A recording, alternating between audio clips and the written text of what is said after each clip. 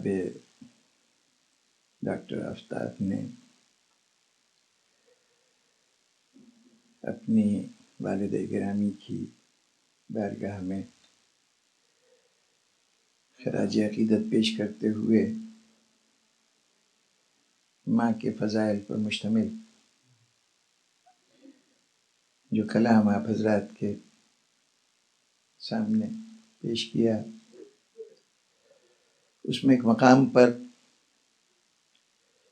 یہ بتانے کے بعد کہ دنیا میں اور محبتیں تجارت ہو سکتی ہیں، مصلحت ہو سکتی ہیں، ایک فقط ماں وہ ذات ہے جس کی محبت کے لیے ہوتی ہے۔ اگر ماں کے انداز فکر سے انسان تھوڑا سا بھی آگاہ ہو تو اس بات کی تائید کرے گا کہ جو ماں محبت کرتی ہے وہ کسی لوس، کسی غرض، کسی فائدے کے لیے نہیں، صرف برائے محبت ہوتی ہے۔ لیکن یہ ماں کا نقطہ نظر ہے، کیا قدرت کا بھی یہی نقطہ نظر ہے؟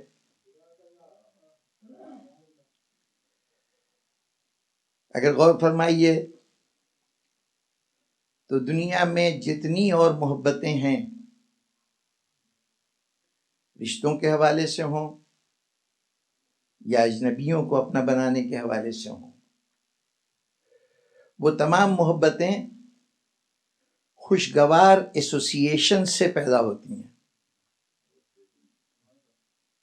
کسی سے روابط میں اچھے تجربے ہوئے تو وہ شخص اچھا لگنے لگا، اور اگر ان خوشگوار تجربوں کی مقدار بڑھتی گئی تو وہ باقاعدہ محبت کی صورت اختیار کر گئی۔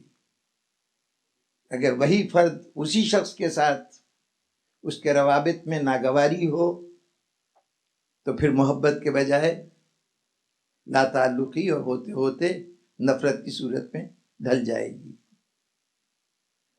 لیکن ماں کی محبت کسی ایسوسیشن سے پیدا نہیں ہوتی کہ بچہ بڑا اطاعت گزار تھا، فرما بردار تھا، یا بچے کی مسکراہٹوں کو دیکھ کر اس سے محبت پیدا ہو، اس کے کھیلنے کے انداز کو دیکھ کر، اس کے خوشیاں بانٹنے کے انداز کو دیکھ کر محبت پیدا ہو، نہیں۔ ابھی دنیا میں بچہ آیا ہی نہیں ہوتا اور ماں کی محبت شروع ہو جاتی ہے، اور پھر بچہ کسی بھی دور سے، کسی بھی کیفیت سے گزرتا رہے، محبت کے اظہار میں کمی یا زیادتی ہوتی رہے، لیکن دل کا ربط اسی طرح سے قائم رہتا ہے۔ تو گویا یہ وہ واحد محبت ہے جو قدرت کی عطا کرتا ہے، یہ ماں کی فطرت میں داخل ہے۔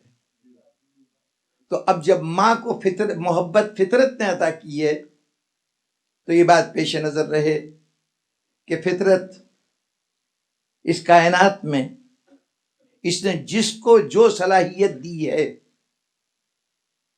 جو نعمت اس کو جذبات کی صورت میں، احساسات کی صورت میں عطا کی ہے، ان میں سے کوئی بھی بے مقصد نہیں ہے،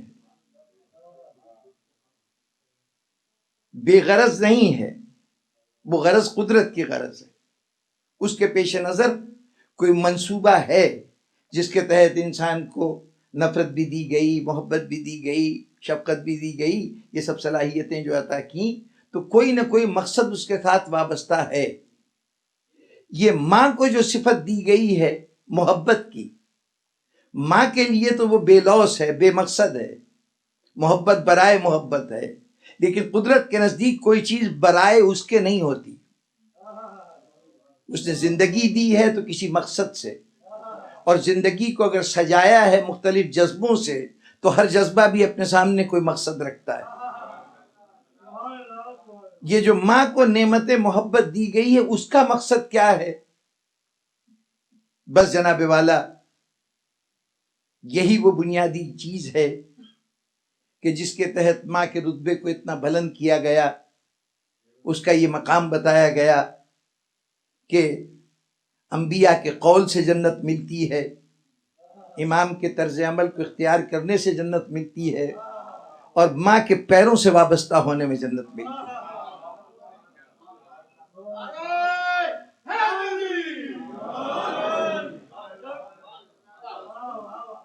یہ جو ماں کو مقام ملا ہے اس مقصد کے پیش نظر جس کے لیے نعمت محبت عطا کی گئی ہے۔ اگر غور فرمائیے، انسان کے رویے میں اس محبت کے مقصد کو سمجھنے سے پہلے اگر عالم حیوان کو نظر دوڑائیں گے تو آپ یہ دیکھیں گے کہ یہ ممتا کا جذبہ کم و بیش بیشتر حیوانوں میں موجود ہے۔ اور یہ جذبہ کیوں ہے تو آپ اندازہ لگائیے کہ جہاں کسی حیوان کی نئی نسل دنیا میں آئی، ممتا اپنی پوری قوت کے ساتھ اس حیوان میں نمایاں ہو گئی۔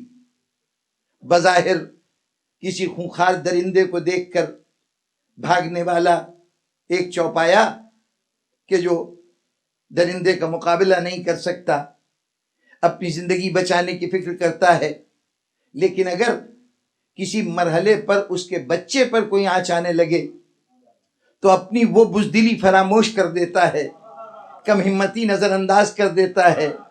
وہ ماں ٹکرا جاتی ہے بڑی سے بڑی قوت سے۔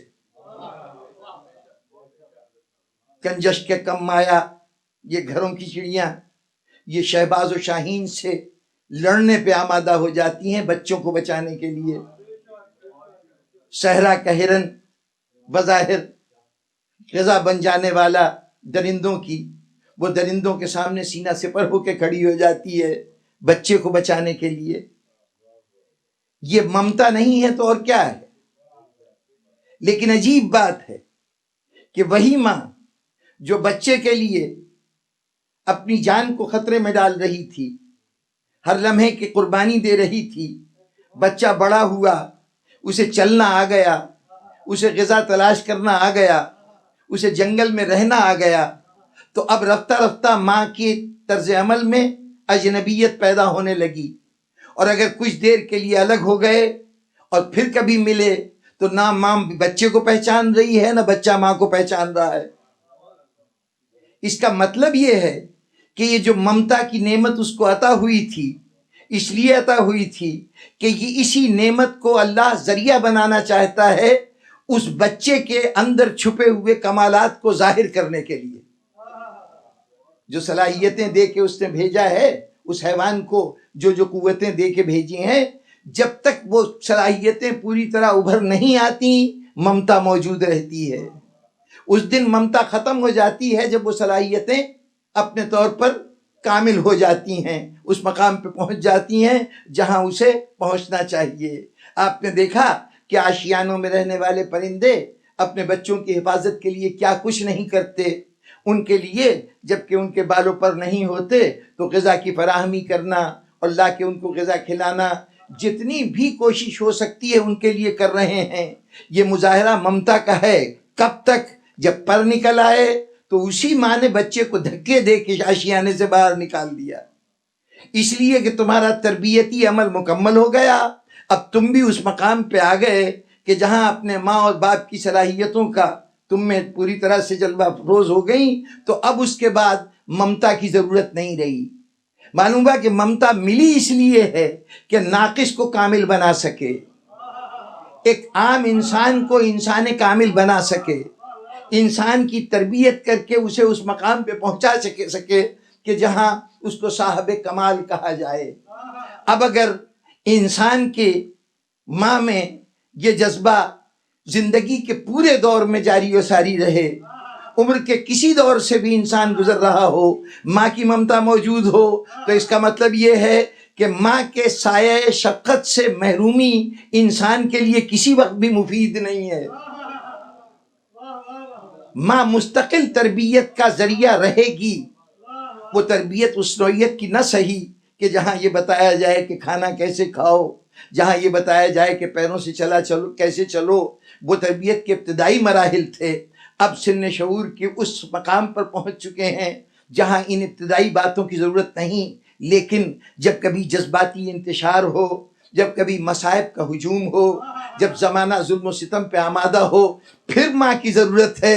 ماں ذرا اپنے رحم و کرم کی پناہ میں لے لے تاکہ زمانے کے آندھیوں سے میں اپنے آپ کو محفوظ سمجھ سکوں۔ یہ ممتا کی وہ دائمی ضرورت ہے کہ صرف انسان میں جذبہ محبت مرنے نہیں پاتا، ماں کی ممتا یہاں ختم نہیں ہونے پاتی، باقی حیوانوں میں ختم ہو جاتی ہے۔ تو گویا اب ماں کا اصل شاہکار زندگی کے مسائل میں اسے زندگی کوئی شعبہ دے دے، اسے اپنے گھر کی ضروریات کو پورا کرنے کے لیے، اپنے مسائل کو حل کرنے کے لیے اسے معاش کے میدان میں تگ و دو کرنی پڑے، اسے سیاست کے میدان میں دخل دینا پڑے، اسے کسی مرحلے پر مسند اقتدار پہ بیٹھنا پڑے، کسی موقع پر اسے میدان جنگ میں جانا پڑے، یہ جتنے بھی کردار ہیں یہ اضافی کردار ہیں۔ ماں کا حقیقی کردار اس بچے کی تعمیر ہے جو اللہ نے اس کی گود میں عطا کیا ہے، اس کا اصل کردار وہ ہے۔ اور جب کبھی کسی ماں کی عظمت کا تذکرہ ہوگا تو اس حوالے سے ہوگا کہ اس کا شاہکار اس کی وہ اولاد ہے کہ جسے اس نے بنا کے دنیا کے سامنے رکھا ہے۔ اور یہاں صرف اس کے ہاتھ پیر کا صحیح سلامت ہونا کافی نہیں، صرف اس کا صحت مند ہونا کافی نہیں، اس کا خوش شکل ہونا کافی نہیں، بلکہ ماں کا کارنامہ یہ ہے کہ اس نے اپنی اولاد کے کردار کو کیسا بنایا ہے۔ جہاں تک اس کے اس ماں بننے کا تعلق ہے وہ تو عطیہ قدرت ہے، وہ نظام قدرت کا ایک لازمی نتیجہ ہے۔ وہ عوامل جمع ہو جائیں کہ جو کسی کو ماں بنا سکیں تو ماں بن جائے گی، لیکن یہ وہ ماں نہیں ہے جس کے پیروں تلے جنت ہے، یہ وہ ماں ہے کہ جو اس ناقص کو اب بلند کر کے کامل بنائے گی، جو جنت کے حصول کا ذریعہ بنائے گی۔ اور گفتگو کو زیادہ طول نہیں دینا چاہتا، ابن خلدون نے اپنے مقدمہ تاریخ میں ایک مقام پر کہا ہے کہ دنیا میں کوئی 3 نسلیں لگاتار عظمت کی حامل نہیں ہوتی۔ اگر دادا بہت ہی عظیم ہے تو اس کے بعد بیٹا کچھ اس کے مقابلے میں کم ہوگا، اور پوتے تک پہنچتے پہنچتے وہ عظمت ختم ہو جائے گی۔ پھر نئے سرے سے شروع ہو تو اور بات ہے، لیکن 3 نسلوں سے زیادہ بڑائی، بزرگی، عظمت آگے نہیں بڑھتی۔ جس وقت ابن خلدون یہ کہہ رہا تھا اس کی نگاہ میں ایک گھرانہ نہیں تھا کہ جہاں پر 3 نسلوں کی بات نہیں تھی، کم از کم 9 نسلیں لگاتار ایسی گزرتی گئیں۔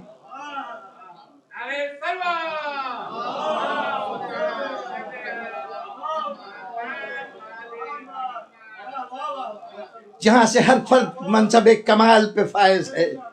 اور جناب والا اب جب ہر فرد پوری نسل میں مسند کمال پہ فائز ہے تو یہاں پر اب اس کے اسباب قدرت اس کے پیش نظر ہوں گے، اس کی مصلحتیں اس کے پیش نظر ہوں گی، وہ جہاں چاہے جیسے انسان کو پیدا کر دے۔ لیکن ایک گھرانے میں مسلسل اتنے افراد کا کامل ترین ہونا اس بات کی دلیل ہے کہ اس گھرانے میں مسلسل عظیم ماؤں کا تسلسل باقی رہا ہے۔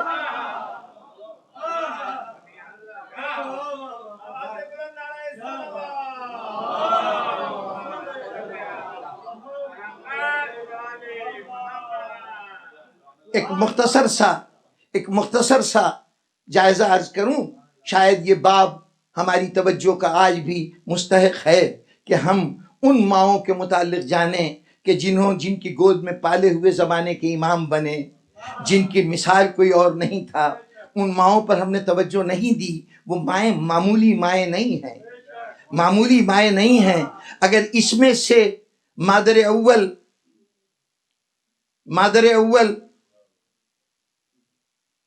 جناب فاطمہ بنت اسد کے بعد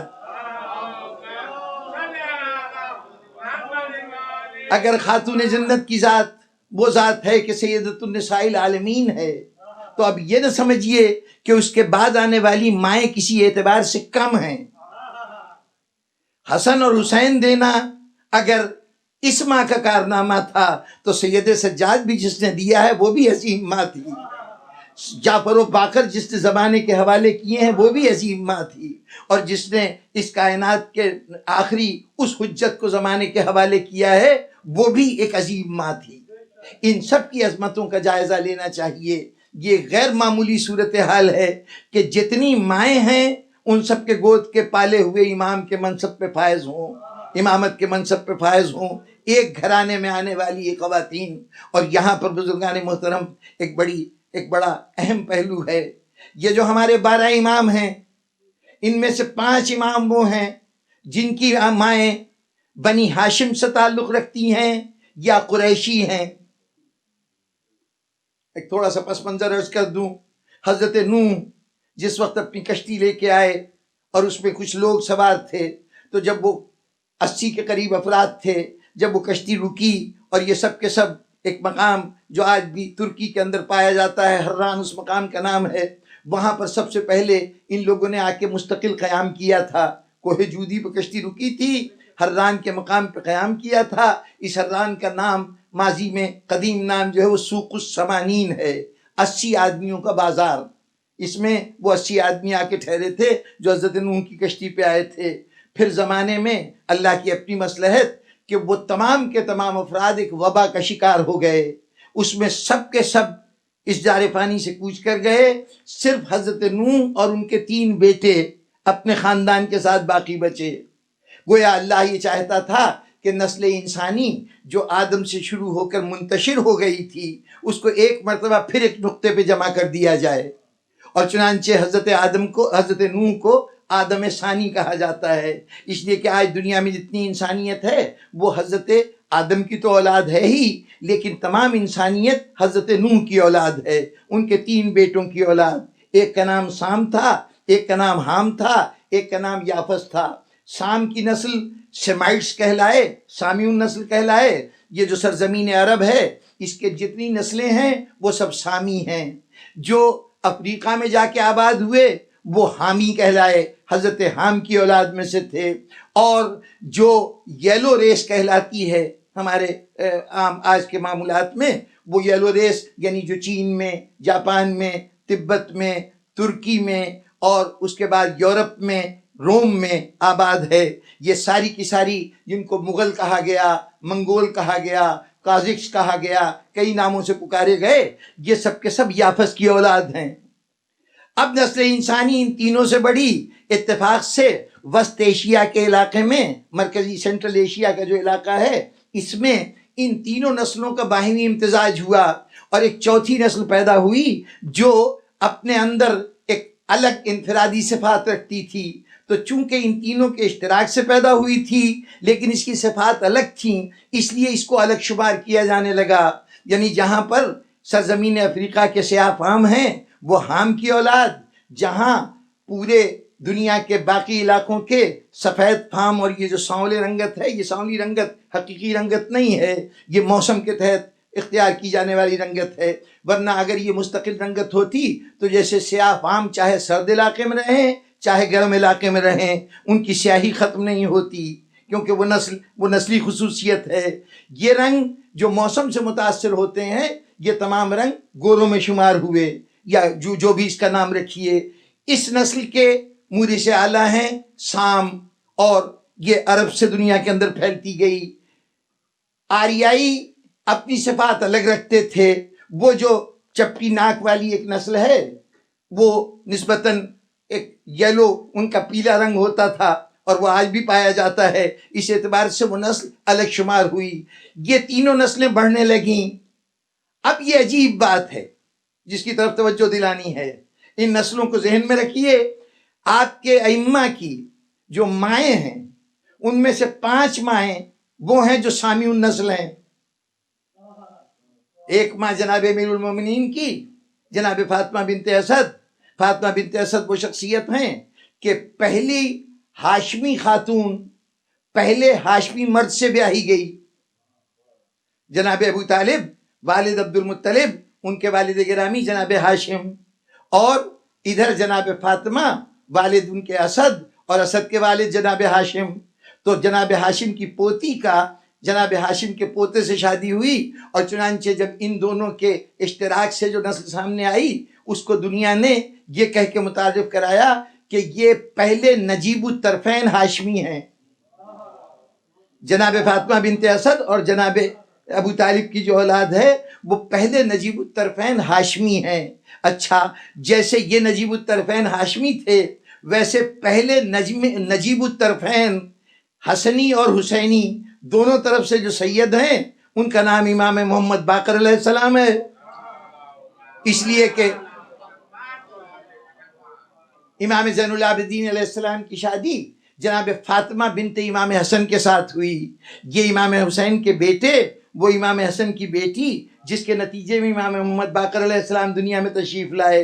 تو اس اعتبار سے یہ نجیب الطرفین سید ہیں دونوں طرف سے، ایسے سید کہ جو ایک امام حسن کی اولاد ہے اور ایک امام حسین کی اولاد ہے. تو چنانچہ جناب امیر کے علاوہ امام حسن اور امام حسین جن کی والدہ سیدۃ النساء العالمین وہ بھی اسی گھرانے کی فرد، وہ ماں ہیں. اور اس کے بعد امام محمد باقر علیہ السلام وہ شخصیت ہیں جو ہاشمی ہیں، ماں باپ دونوں کی طرف سے وہ سید ہیں.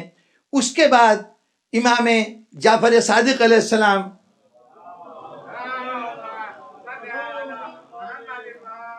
ان کی والدہ بھی سامع النسل ہیں، ان کی والدہ بھی سامع النسل ہیں، اس لیے کہ ان کی والدہ کا نام ہے ام فروا، جو صاحبزادی ہیں حضرت قاسم کی. حضرت قاسم بیٹے ہیں جناب محمد کے، اور جناب محمد بیٹے ہیں حضرت ابو بکر کے. محمد ابن ابی بکر کی پوتی ہیں جناب ام فروا کہ جو والدہ ہیں امام جعفر صادق علیہ السلام کی. بس یہ 5 امام، امیر المومنین، امام حسن، امام حسین، امام محمد باقر اور امام جعفر صادق علیہ السلام، یہ وہ ہستیاں ہیں کہ جن کی ماں سامع النسل ہیں. اب اس کے بعد 3 امام ایسے ہیں جن کی مائیں جو حامی نسل کی ہیں. جناب امام موسی کاظم علیہ السلام کی والدہ گرامی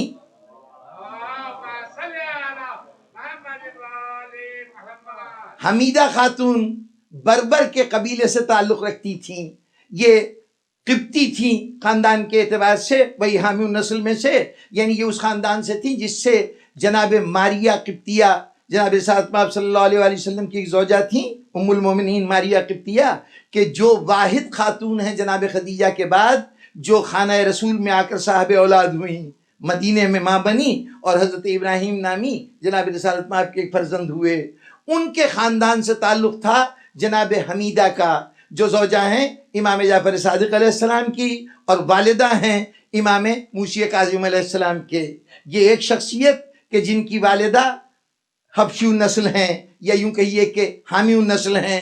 پھر اس کے بعد امام محمد تقی علیہ السلام کی والدہ گرامی، ان کا اسم گرامی، ان کا نام تھا سمانہ. یہ سمانہ جو ہیں یہ بھی سمانہ مغربیہ کہلاتی ہیں، یعنی مشرقی علاقے، جو افریقہ کا مشرقی علاقہ ہے جس میں یہ مراکش وغیرہ کا علاقہ شامل ہے، اس علاقے سے تعلق رکھتی تھیں. تو اس لیے اس اعتبار سے یہ بھی حامی النسل ہیں. اور پھر اس کے بعد امام علی نقی علیہ السلام کی والدہ جناب سبیکہ خاتون، یہ بھی حبشی النسل ہیں. اس اعتبار سے یہ 3 مائیں ہیں جو اس سلسلے سے تعلق رکھتی ہیں جو حام کی اولاد ہے. اچھا، 3 مائیں ایسی ہیں جو آریائی ہیں. 3 مائیں آریائی ہیں. ایک تو امام زین العابدین علیہ السلام کی والدہ گرامی کہ جو یزدگرد کی صاحبزادی، شہریار کی پوتی، نوشیروان کی پڑ پوتی تھیں، جناب شہربانو، جن کا نام شاہ زمان بھی تاریخوں نے بتایا ہے.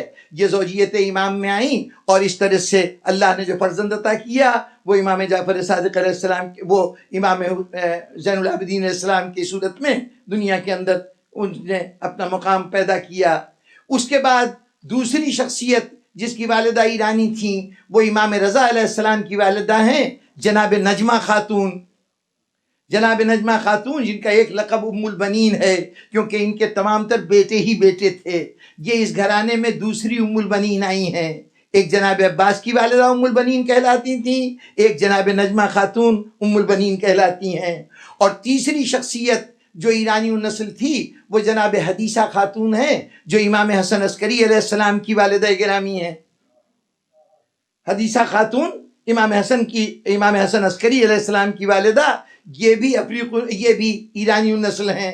تو یہ تینوں آریائی تھیں جو اس گھرانے میں آئیں. اب ذرا غور کیجئے کہ اگر میں یہ کہوں تو شاید بعض لوگ پریشان ہو جائیں کہ یہ جتنی 12 ائمہ کی مائیں ہیں ان میں سے صورت احوال یہ ہے کہ 5 مائیں تو وہ ہیں کہ جو یوں سمجھیے کہ بنی ہاشم میں سے یا قریش میں سے یوں شادی کے ذریعے سے اس گھرانے میں آئیں. 7 مائیں وہ ہیں جو کنیز کی حیثیت سے اس گھر میں آئیں. 7 مائیں ائمہ کی وہ ہیں جو کنیز کی حیثیت سے آئیں. یہ کنیزی کا لفظ ہمیں شاید ناگوار گزرے، لیکن اسلام نے یہ سمجھتے ہوئے کہ جیسے انسان نے اب انسان کو کئی پیشوں میں کئی قسموں میں تقسیم کر دیا ہے، یہ لوہار ہے، یہ بڑھئی ہے، یہ فلاں ہے، یہ فلاں ہے، اسی طریقے سے ایک حیثیت اس کی یہ ہے کہ وہ کنیز یا غلام ہے. اس کنیز اور غلام کے ہونے سے اس کی انسانیت کے شرف پر کوئی حرف نہیں آتا. چنانچہ اسلام نے غالباً یہی بات ثابت کرنے کے لیے یہ اہتمام کیا کہ وہ بہترین شخصیتیں جو زمانے کی ہدایت و رہنمائی کریں ان میں سے اکثریت کو کنیزوں کے بطن سے پیدا کیا. لیکن میں اس سے زیادہ اس کی ضرورت اس حوالے سے سمجھتا ہوں کہ یہ کنیزیں کیوں؟ اس لیے کہ امام کی ماں اپنے عہد کی عظیم ترین خاتون ہونی چاہیے. جیسے امام کا باپ اپنے عہد کا سب سے بلند مرتبہ انسان ہوتا ہے، اسی طریقے سے اس کی ماں بھی کوئی معمولی عورت نہیں ہوتی. اب یہ عظمت انسانی کسی ایک علاقے یا کسی ایک جگہ کے لیے مخصوص نہیں ہو سکتی تھی. اللہ چاہتا تھا کہ اگر باپ کو ایک نسل میں پیدا کیا ہے تو کم از کم مائیں جو ہیں وہ پوری دنیا کی ترجمانی کریں. چنانچہ جہاں بنو سام تھے ان کی اولاد بھی گھر کے اندر آئی ماں کی حیثیت سے، حام کی اولاد بھی ماں کی حیثیت سے آئی، آریوں کی اولاد بھی ماں کی حیثیت سے آئی. اس طرح سے پوری دنیا کی منتخب ترین عورتوں کو، اب ظاہر ہے کہ وہ زمانہ آج کا زمانہ نہیں تھا، نقل و حمل اتنا آسان نہیں، سفر اتنا آسان نہیں، اس لیے ان خواتین کے خانہ رسالت میں آنے کے لیے یہی ایک نظام ہو سکتا تھا کہ ان کو غلام یا کنیز کی حیثیت سے یہاں تک لایا جائے، ورنہ ان کے مرتبے میں کوئی کمی نہیں. یہ عظمتوں کی حامل خواتین تھیں. 3 نسلیں جمع ہو گئیں، 2 اصلی نسلیں اور تیسری وہ نسل کے جو ان کے امتزاج سے بنی تھی. حامیون نسل بھی آ گئے اس گھرانے میں، سامیون نسل بھی آ گئے اور اس کے ساتھ ساتھ آریائی بھی آ گئے. ابھی ایک نسل باقی تھی، یافسی نسل. تو چنانچہ ترکی کے قریب روم سے وہ نسل جو ترکوں سے تعلق رکھتی تھی، وہاں کے حکمران کے خاندان کی لڑکی جس کا نام نرجس خاتون ہے، یشوع نام کے شخص کی بیٹی، ان کو اللہ نے اہتمام کیا کہ وہ امام حسن عسکری علیہ السلام کی زوجیت میں آئیں اور زمانہ حاضر کے امام کی والدہ بنیں.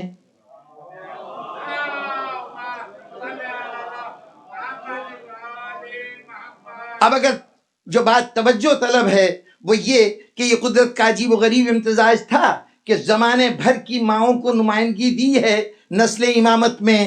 اب جو امام پہلے سامی نسل ماں کے بیٹا ہے تو اس کے ہاں تو ایک نسل چل رہی ہے، باپ بھی سامی اور ماں بھی سامی. اس کے بعد جب حامی ماں بیچ میں شامل ہوئی تو اب جو فرزند پیدا ہوگا وہ 2 نسلوں کا نچوڑ ہوگا، 2 نسلوں کا حاصل ہوگا. اس کے بعد جب آریائی نسل شامل ہوئی تو اس کا مطلب یہ ہے کہ یہ تیسری نسل کا بھی نمائندہ ہو گیا. اب گویا آخری امام کو یافس کی اولاد میں روم کے حکمران کی بیٹی کی حیثیت سے لا کر یافسی نسل میں ان کو خانہ رسول میں داخل کیا گیا. اس کا مطلب یہ تھا کہ جو آخری امام آئے گا اس امام کی حیثیت یہ ہوگی کہ یہ نمائندہ کسی ایک نسل کا نہیں ہوگا، ایک علاقے کا نہیں ہوگا. اب نسل امامت پوری دنیا کا نچوڑ ہو چکی ہے. گویا دوسرے لفظوں میں یہ کہا جا رہا ہے کہ وہ جو ایک دائرہ شروع ہوا تھا، ایک قوس شروع ہوئی تھی، پھیلاؤ شروع ہوا تھا آدم سے، وہ نوح کی ذات پہ آ کے جمع ہو گیا ایک نقطے پر، پھر وہ 3 سمتوں میں پھیلنا شروع ہوا اور ہوتے ہوتے پوری دنیا کی آبادی بن گئی. تو اب آخری زمانے کا آخری امام آئے تو وہ ان تمام نسلوں کا نچوڑ بھی ہو اور ان تمام نسلوں کو ایک نقطے پہ جمع کرنے والا بھی ہو. بس جناب والا، یہ ان ماؤں کی عظمتوں کا نتیجہ ہے کیا آج یہ زمانے کے امام ہمارے سامنے ہیں، ان کو اللہ نے جو مقام دیا ہے وہ اپنی جگہ پر، لیکن ظاہر ہے کہ مادی اعتبار سے، دنیا کے وسائل کے اعتبار سے ہمیں ماننا پڑے گا یہ ماؤں کی تربیت کا نتیجہ ہے۔ کامل ماؤں نے کامل فرزند زمانے کو دیے، اور کیا کہنے اس ماں کے کہ جو دنیا سے جائے تو ایک طرف تو مومنہ ہو، سب سے بڑا اعزاز مرنے والے کی سب سے بڑی آرزو کہ جب دنیا سے جائیں تو حالت ایمان میں جائیں، یہ سب سے بڑی نعمت ہے۔ لیکن وہ مومنہ کہ جو اس مکتب فکر سے تعلق رکھتی ہے، اس کے ساتھ خصوصیت ہے، یہ عام عورت نہیں ہے، اس مکتب فکر کی عورت عام عورت نہیں ہے۔ دیکھیے جناب زینب کے پاس ایک بہت بڑا مشن تھا، ایک بڑی موومنٹ تھی، وہ موومنٹ کا تذکرہ کرتا ہوں۔ پہلے ایک جملہ سن لیجئے کہ دنیا میں کوئی تحریک باقی نہیں رہ سکتی اگر اس کے پیچھے جذباتی قوت نہ ہو۔ عقل محض نظریے دے سکتی ہے، تحریک نہیں بن سکتی۔ تحریک کے لیے جذباتی قوت کا ہونا ضروری ہے، شجاعت ہو، ہمت ہو، جس کو آپ آسان لفظوں میں کہتے ہیں، اس میں انیشیٹو ہونا چاہیے۔ جب تک وہ انیشیٹو موجود رہتا ہے تحریک موجود رہتی ہے، جب انیشیٹو ختم ہو جاتا ہے تو پھر تحریک کچھ دن تک تو رسم و رواج بنتی ہے اور اس کے بعد دم توڑ دیتی ہے۔ دنیا میں جتنی تحریک ہوئی وہ جذبوں کی قوت پہ پھیلی، جب تک جذبہ رہا تحریک رہی۔ اب بڑی بات کو چند جملوں میں مختصراً کہوں کہ ایک بڑی خرابی یہ ہے کہ تحریک کی بقا کے لیے جذبہ چاہیے، اور جذبہ انسان کے ذہنی کیفیتوں میں سب سے مختصر عمر رکھنے والی کیفیت ہے۔ عقل کے معاملے پوری زندگی جو انسان نظریے بنا لیتا ہے ان نظریوں کے ساتھ گزارا کر سکتا ہے، وہ ان سے دستبردار نہیں ہوتا۔ لیکن ابھی بیٹھا ہوا انسان خوش ہے، کچھ دیر میں غمگین ہو جائے گا، ابھی غمگین ہے اچانک اس کے چہرے پہ بشاشت آ جائے گی، ہر لمحے جذبے بدلتے رہتے ہیں۔ اب تحریک باقی رہتی ہے جذبے کی بقا کے ساتھ، جذبہ بہت عارضی۔ اسلام خود بھی ایک تحریک تھا، وہ بھی باقی رہنا چاہتا تھا، اس لیے اس کو ضرورت تھی کسی جذبے کی۔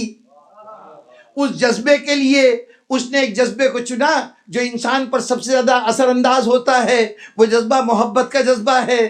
چنانچہ جو محبت اہل بیت آپ کے لیے ضروری قرار دی گئی وہ اس لیے کہ جذبہ برقرار رہے۔ لیکن یہ محبت برقرار کیسے رہے، یہ محبت کیسے برقرار رہے، یہ بھی تو جذبہ ہی ہے نا، اس کو کیسے زندہ رکھا جائے؟ اس کے لیے اللہ نے ہمیں ایک نعمت غم عطا کی جس کا نام کربلا ہے۔ اچھا، غم وہ نعمت تھی، غم وہ جذبہ تھا کہ جو دوسرے جذبوں کے مقابلے میں اور زیادہ شارٹ لیونگ تھا، اس لیے کہ یہ غم جو ہے یہ انسانیت کے لیے مہلک تھا، نقصان دہ تھا، زندگی کے لیے ایک ضرر کا باعث غم۔ اس لیے انسان کی فطرت میں یہ بات موجود ہے کہ اگر غم ہو تو فوراً اس کا حافظہ اس کو بھلانے کی کوشش کرتا ہے، اور ہم کہتے ہیں کہ ہر دکھ کا، ہر مصیبت کا علاج وقت ہے جو مرہم بن جاتا ہے، یعنی غم کا جذبہ باقی نہیں رہتا۔ اب اسلام باقی رہے گا جذبے سے، اس کے لیے جو جذبہ رکھا گیا وہ محبت کا تھا، محبت باقی رہتی تھی جذبہ غم سے، جذبہ غم بڑا عارضی تھا، اب اسے بطور تحریک کی قوت کے قیامت تک باقی رکھنا تھا۔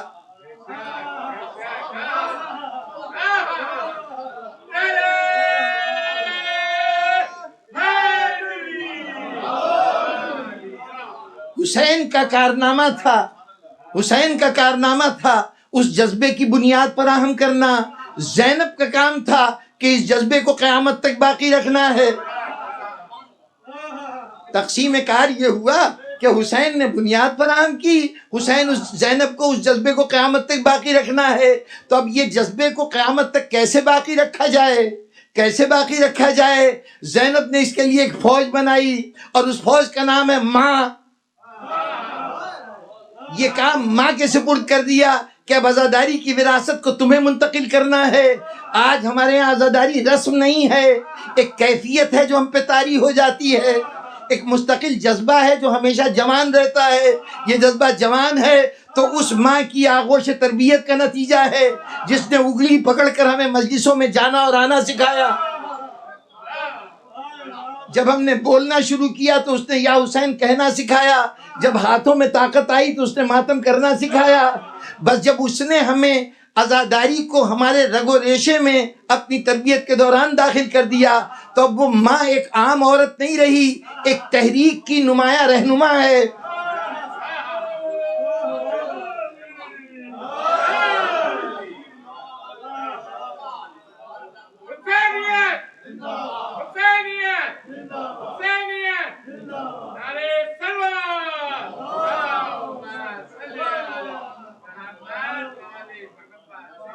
اب سامعین محترم، بات کو مختصر کروں کہ یہ وہی ماں کی عظمتوں کا کارنامہ ہے، یہ وہی ماں کا نتیجہ ہے کہ آج پوری دنیا انسانیت میں ہم پورے فخر سے سینہ تان کر کہہ سکتے ہیں کہ جتنی عظیم مائیں اس ملت جعفری نے پیدا کی ہیں، دامن اسلام تو ایک طرف، دامن انسانیت میں کہیں اتنی عظیم مائیں موجود نہیں ہیں۔ وہ رسولوں اور اماموں کو جنم دینے والی مائیں، وہ بھی ہماری صف کی مائیں ہیں، لیکن ان ماؤں کی بات نہیں۔ 1400 سال سے ایک جذباتی تحریک کو مستقل طور پر زندہ سلامت رکھنا، یہ کتنی عظیم مائیں ہیں کہ کوئی دنیا جذبے کو زندہ نہیں رکھ سکتی، ان ماؤں نے زندہ رکھا ہے۔ کیا کہنے ان عظیم ماؤں کے، کہا کہ اماموں کی مائیں بڑی عظیم مائیں ہیں، لیکن ذرا ان کے زیر سایہ، ان کے عکس کردار سے منور ہو جانے والی مائیں، جن کی شخصیت میں عکس کردار سیدہ نظر آئے، عکس کردار زینب نظر آئے، ذرا ان ماؤں کو دیکھنا ہے تو کربلا میں آ کے دیکھیے، کربلا میں دیکھیے، عجیب و غریب مائیں ہیں، دنیا کو حیران کر دینے والی مائیں۔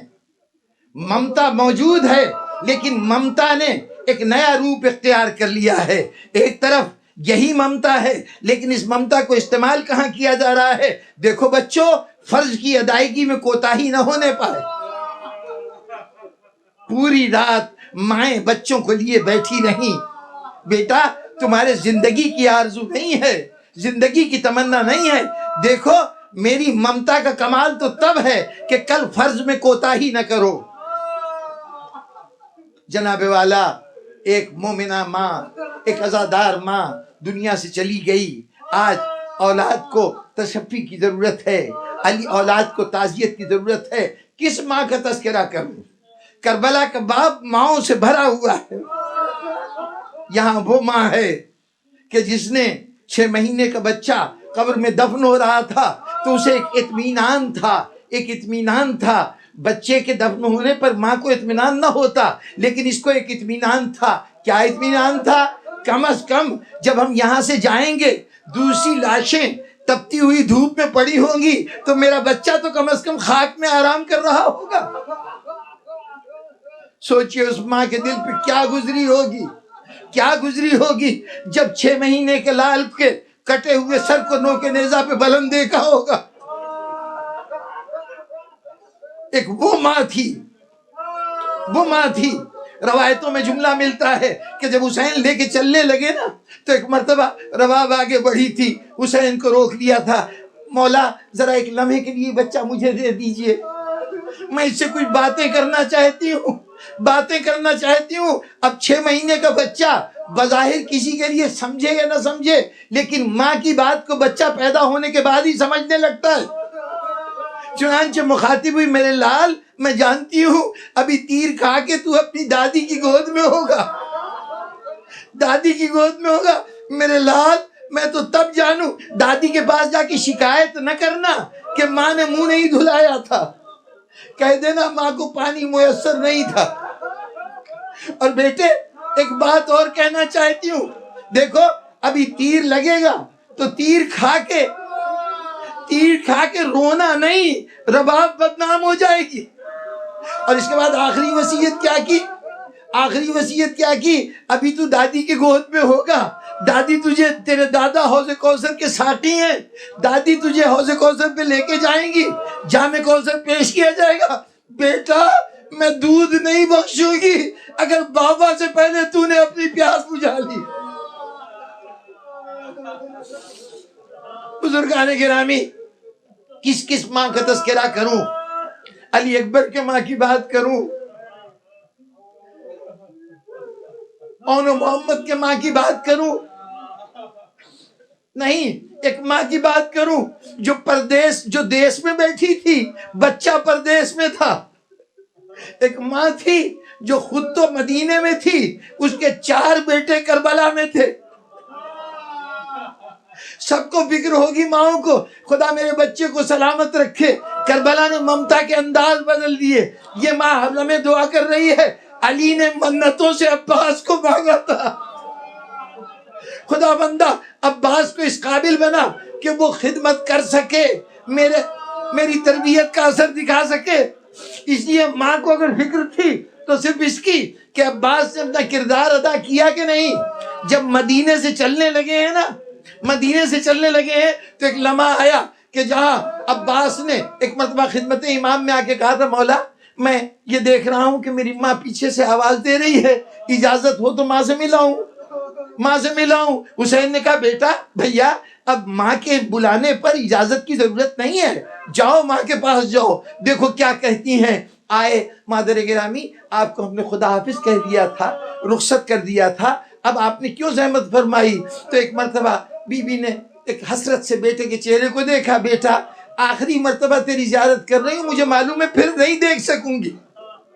اور اس کے بعد کہا، بیٹا میں یہاں تک جو آئی ہوں نا، تجھے ایک بات کہنے آئی ہوں، جس کے ساتھ تو جا رہا ہے نا، یہ تیرا جو آقا ہے یہ دل کا بہت بڑا ہے، ہو سکتا ہے کہ کسی مرحلے پہ تجھے اپنا علمدار بنا دے، کسی وقت بھائی کہہ کے گلے سے لگائے، بیٹا میں تب مانوں کہ کبھی اس سے تیرے دماغ پر کوئی اثر نہ پڑے، اپنے مقام کو پہچانتے رہنا، تو حسین کا غلام ہے، بیٹا مجھے شکایت کا موقع نہ دینا۔ بس سامعین محترم، 2 جملوں کی زحمت، بات ختم۔ کربلا سے قافلہ واپس آ گیا، آنے والے نے اطلاع دی کہ کربلا میں کربلا والے مارے گئے، قافلہ لوٹا گیا، بس چند بیویاں واپس آئی ہیں۔ بس وہ یہ اعلان کرتا جا رہا تھا، مدینے والے اس کے ساتھ ہوتے جا رہے تھے، حتیٰ کہ مسجد نبی میں پہنچا، ممبر پہ چڑھ کر واقعات بتانے لگا کہ کربلا میں حسین شہید ہو گئے، ان کے گھر کے افراد کو گرفتار کیا گیا، ان کو بازاروں میں پھرایا گیا، آج وہ قیدی واپس آئے ہیں، ابھی اس نے کہا تھا حسین شہید ہو گئے، بیویوں کو گرفتار کر کے بازاروں میں لے جایا گیا کہ ایک ستون کے پاس کھڑی ہوئی ایک معظمہ نے للکار کے کہا، خبردار تو غلط کہہ رہا ہے۔ اعلان کرنے والے نے لوگوں سے پوچھا، یہ بی بی کون ہے؟ کہا ادب سے بولو، عباس کی ماں ہے۔ ممبر سے اترا، آ کے عباس کی ماں کی قدموں پہ سر رکھ دیا، بی بی آپ کا کہا ہوا میرے لیے فرمان خدا بندی ہے، اگر آپ نے مجھے جھوٹا کہا ہے تو ضرور میں نے کوئی غلط بیانی کی ہوگی، بی بی مجھے میری غلطی سے آگاہ کرتے۔ کہا تو نے یہی تو کہا ہے نا کہ حسین مارے گئے، بیویاں گرفتار ہو گئیں، ارے یہ کیسے ممکن ہے میرا عباس زندہ ہو، میرا عباس زندہ ہو۔ اس نے کہا شہزادی ایسی بات نہیں ہے، جب تک آپ کا عباس زندہ رہا نا، حسین کے جسم کو ایک زخم نہیں لگا، جب تک عباس زندہ رہا بیویوں کے چادر کی طرف ہاتھ نہیں اٹھا۔ بھئی اتنا سننا تھا، ایک مرتبہ نجف کی طرف منہ کیا، مولا علی اب ام البنین سرخرو ہو گئی، اس کا مشن کامیاب ہو گیا۔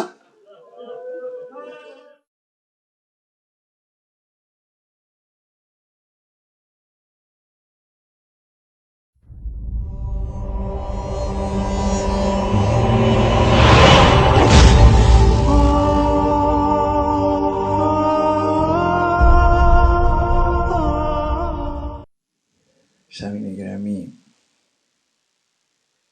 جناب ڈاکٹر آفتاب نے